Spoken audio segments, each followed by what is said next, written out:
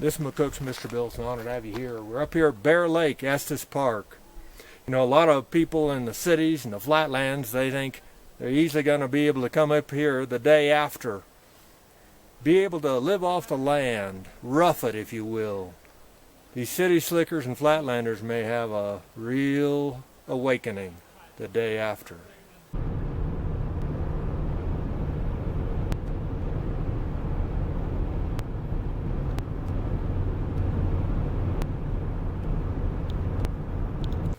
I stopped the film at the bridge for a couple of reasons. Number one, since the 1950s when I was a little bitty tyke, I sat around the table and listened to a lot of people talk about that the Russians were coming or some other cataclysmic event that would destroy civilization as we knew it. Well, it didn't happen, did it? It didn't happen. Even the dire warning in the 1970s when wife and I first got married, they said we're going to be out of gasoline. In 20 years, we're all going to be walking or riding bikes. That was the experts telling that. They lied, didn't they? Or they were dead wrong. And so enjoy life. I said enjoy life. It doesn't hurt to prepare a little bit, but keep it in perspective. But on a day after event, numerous people tell me that they're going to head for the mountains or some other low populated area to survive. But you won't have to worry about getting to the mountains or some low populated area. You're not going to make it. And what's going to stop you? Well, number one, the government has already said any kind of problem, they're going to stop the people from traveling from state to state. That's already in the books. And even some states have it that you won't be able to travel from county to county. It's already on the books and already prepared for. So you're going to have a tough time even traveling short distances, let alone hundreds of miles to the mountains, or perhaps further than that. The bridge, though, will be your major problem, even if none of that happens. Because every bridge you cross, from where you are to where you want to get, will probably be a pirate toll road.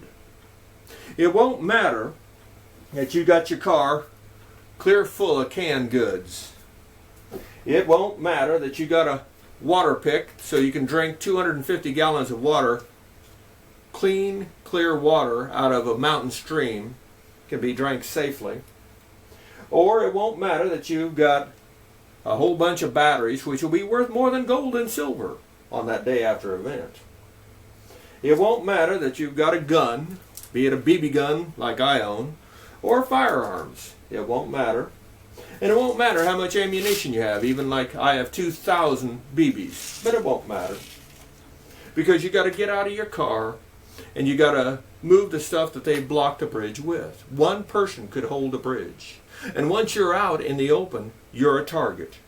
They can either kill you outright, or you're going to have to pay some kind of toll to pass. And you'd be lucky if that's all they'll do and take some of your goods, some of your supplies. And that's just the first bridge. How many bridges are you going to cross? And sooner or later you're going to get to a bridge where a family, rednecks or perhaps gangs that are decided, you end right there. And they'll probably take and make you dig your own grave before they kill you. And if by chance you have women, you don't need to be told what they're going to do to them, do you? And children, slaves, and you bet probably sex slaves as well for your children. With no mercy given.